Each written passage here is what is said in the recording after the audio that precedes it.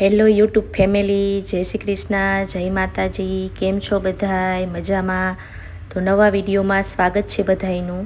જો અત્યારે વાગ્યા છે 8. સારાંશીની સ્કૂલે ગયો, દૂધ પીને મેં નાસ્તો કરી લીધો, કામ કરીને નવરી થઈ તો સાગરકાલ નારિયેલ પાણી લઈ આવ્યા હતા. તો નારિયેલ એક તોડી અને પાણી કાઢીને મેં પીધું. જો પાણી તોય સારું નીકળ્યું એના પ્રમાણમાં. અને મિત્રો, અમારી વાડીના નારિયેળનું પાણી એટલું મીઠું હોય કે વાત જ જવા દ્યો. અને હવે એમાંથી થોડીક મલાઈ દેખાણી તો કાઢી લઉં. મલાઈ એકાદ ચમચી જેટલી તો માંડ નીકળી, પણ એકદમ પાતળી પાતળી છે. જો મારે બહારનું નારિયેળ લેવું પડ્યું નહીં, એટલા મારા પૈસા બચી ગયા.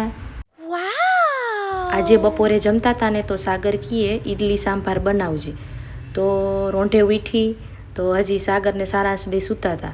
તો અમે દરરોજ એને રમાડવા મંદિરે જાય. તો પહેલાં થયું કે લાવ હું ચટણી એક બનાવી લઉં, ફ્રીજમાં રાખી દઉં. મને તો મિત્રો મલાઈ બહુ જ ભાવે. તમને ભાવે? કમેન્ટમાં જણાવજો. તો જો મિત્રો, આ બધું મેં સુધારી લીધું. દાળિયા, મરચાં, કોથમરી, આદું, અને આ સવારે આપણે ઓલી મલાઈ કાઢી હતી ને એ મેં ખાધી નહીં અને રાખી દીધી. આ બધી વસ્તુને મિક્સરમાં નાખી અને મિક્સર ચાલુ કરી દીધું. અને મારું મોઢું જો કેવું થાય.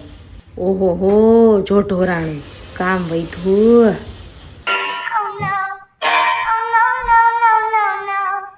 તો જો હવે ફાઇનલી આપણી ગ્રીન ચટણી રેડી છે. હજી ચટણી ગરમ છે તોય મારે ચાખવી તો પડે જ. જો આ હા હા, બહુ સરસની બની. આજ સાંજ પડતા પડતા મેં ઘરે આવીને મારું મિશન સંભાળી લીધું. સંભાર બનાવી લીધો અને ખીરું રેડી લીધું હતું. કેમ કે આજે કોઈ એવો પ્લાન નહોતો કે આપણે ઈડલી બનાવશું. મને બપોરે જ કીધું હતું કે ઈડલી બનાવજે એટલે. તો ચાલો મિત્રો, મારા ઈડલી સંભાર ચટણી રેડી છે. ખાવા આવી જાજો.